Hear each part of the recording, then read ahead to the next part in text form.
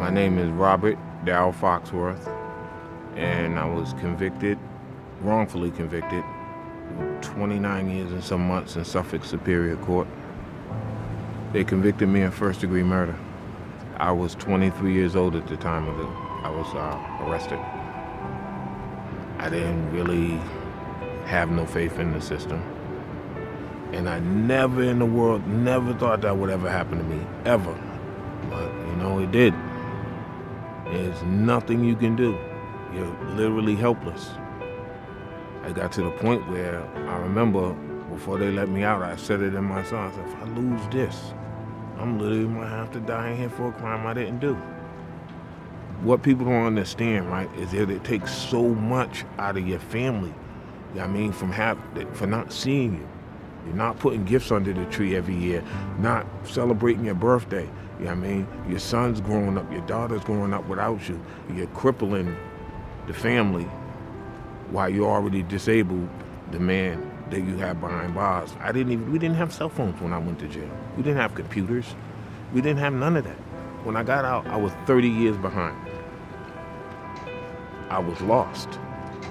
And in some instances, I'm still lost. But I came home December 23rd, 2 days before Christmas. And just coming in, seeing your family, being able to give your nieces and nephew a hug, even though they're grown now, it's just everything. Meet my sister's husband for the first time, shaking his hand, and my daughter's got their master's degree now. They're twins, so it's been a good journey so far. I still can't believe to the day they took me out of that. I still can't believe it to the day. Sometimes I say that all the time. I don't know what happened, but I know I just got to live my life as if it didn't happen, because I got to carry on. What's important right now is for the families, don't give up hope. I know it's hard, but everything doesn't stay dark forever. So when things come to the light, it'll get better.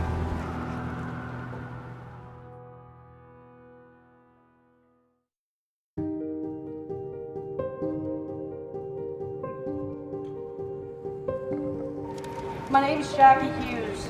My brother Jason Carroll has been incarcerated 32 years, November 29th next month. I was only 12 when this all began.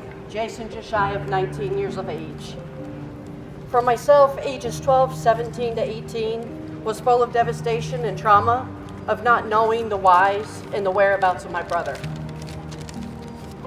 After endless hours of hard questioning of a group of police, to include our own mother, who was a police officer at that time in that town, a coerced confession was given. My brother was gone. Jason wasn't able to see me graduate high school, attend my wedding, the birth of his nieces and nephew, his godchildren. He has missed out on their own graduations. My youngest is a senior in high school. She's leaving me next June for Florida. He's going to miss that if he doesn't come home, if he's not allowed to come home. He's always been there for them, even though it's only on the phone. But again, he's guided them through their own hardships, advice, being the funny uncle that he is for them. Wrongful convictions are so horrid and so damaging. I'm here today fighting for justice, not just for Jason, but for the victim's family. There hasn't been any peace nor true justice for anyone. I am my brother's keeper. I am here today to honor him, to share our fight for him with you. It's us against the world has become basically our motto. I will not stop fighting for him or for justice.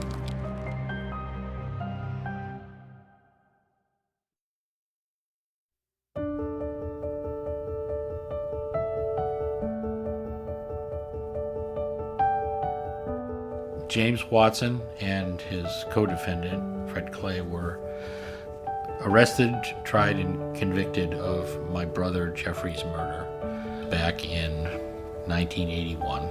They were both convicted and given life without the possibility of parole. Both James Watson and his co-defendant had insisted on their innocence from the point of the trial. And At the time, my family just felt like justice was done, that they had found the right people, and we just figured the police did their job. We had no reason to believe that they had done anything wrong, and that's how we felt for the following 35 years until it all came up again. And then we got a call from the district attorney's office. The way I described it was that after the trial, it was like we could put all of our feelings about it into a box and put the box in the back of a closet. And all of a sudden, at this point, the box mysteriously appeared on our coffee table, and it was open. So we had to work through that. And in that first phone call, Don Padalano, Yeah. the assistant DA, walked us through what that investigation had contained. And We were just, stunned. I felt like my heart had just dropped to the floor. I remember Donna saying, so what do you think? And I remember looking at you and saying, he didn't do it. Yeah. I mean, I think we both were really pretty 100% sure in that moment Yeah. that it just clearly was, Right. had been a travesty of justice for both him and your brother. Yeah. You have James and his co-defendant who, lost between them, over 70 years of their lives. Yeah. You have, Jerry's family who never got justice for his brother's homicide. There are, other victims' families that we've met that have just been completely destroyed by a wrongful conviction. When we were asked if we wanted to meet him, and I said, oh yeah. And so then this past summer at the New England Innocent Project Summer gathering, when we actually met him in person, we got to hug him. We got to hug him, and that was awesome. That really was awesome. That just meant the world. And both James and his co-defendant, they're part of our family now. Yeah. They always will be. But it's been a heartbreaking experience on a number of levels. Yeah. For us. But it's also been an amazing lesson in resilience. Yep. Both James Watson and his co-defendant just amaze us. Just amaze us.